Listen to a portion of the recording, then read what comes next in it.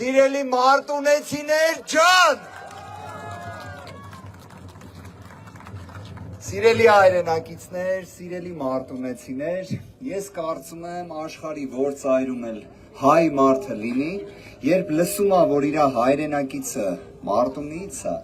առաջին բառը, որ գալիս է մտքին, դա աշխատասիրությունն է, երկրորդը ջիգյարն է, իրականում առասարակ մենք հայերով, ջիգյարով, ջան ասող, նամուս, թասիբ ունեցող ազգ ենք, այդ երբանից մենք պետք է իրար նկատմամբ ատելությամբ լցված լինեինք, իրար բաժան անեինք, ախր այդ հայ ձևի հետ կապ չունի, դրա համար մենք ինչ ենք ասում, այս 8 տարին, որ եկել են ու այս աստիճան պառակտել են, թուլացրել են մեր հայրենիքը, հերիք եղավ, արդեն ուժեղ Հայաստանը գալիս է, այո, սիրելի հայրենակիցներ, վերջին 8 տարիների ընթացքում 3 պատերազմ բերած իշխանությունը եկել ձեզ 2021 թվականին խոստանում էր պայծառ ապագա, խոստանում էր բարեկեցություն, խոստանում էր զբաղվածություն, այդ սա խաբել են, խոստացել են, որ աղքատության ցուցանիշը 2 անգամ պետք է պակասացնեն, խաբել են,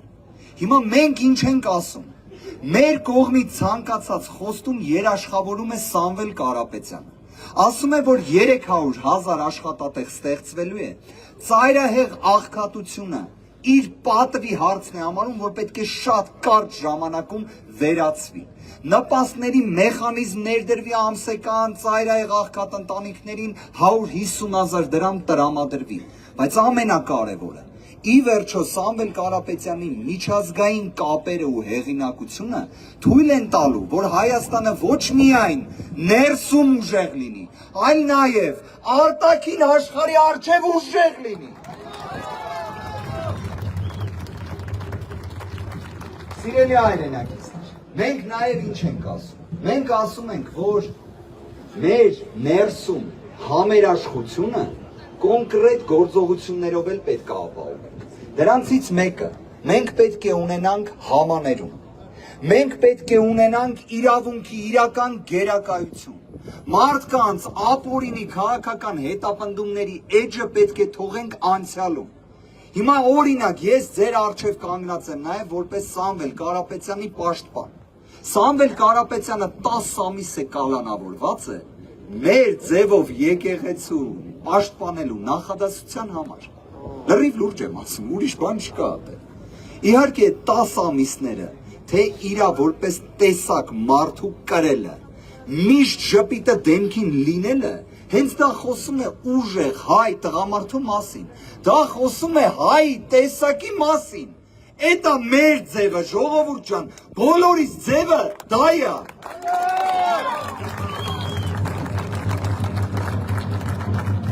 Ժողովուրդ ջան, ես վստահ եմ շատերին այս ընթացքում էլ կփորձեմ վախեցնել, էլ ստերով, էլ հերթական ինչ-որ աբսուրդային պատմություններով։ Դուք կարևորը չկասկածեք, չվախենաք, մենք գնում ենք ուժեղ Հայաստան, մենք գնում ենք փոփոխությունների։ Հիմա եկեք մի բան իրար հետ փորձենք։ Մենք ասենք փոփոխությունները, դուք ասեք գալիս են։ Փոփոխությունները Փոփոխությունները Փոփոխությունները Այո, ձեր ցավը տանեմ ժողովուրդ ջան։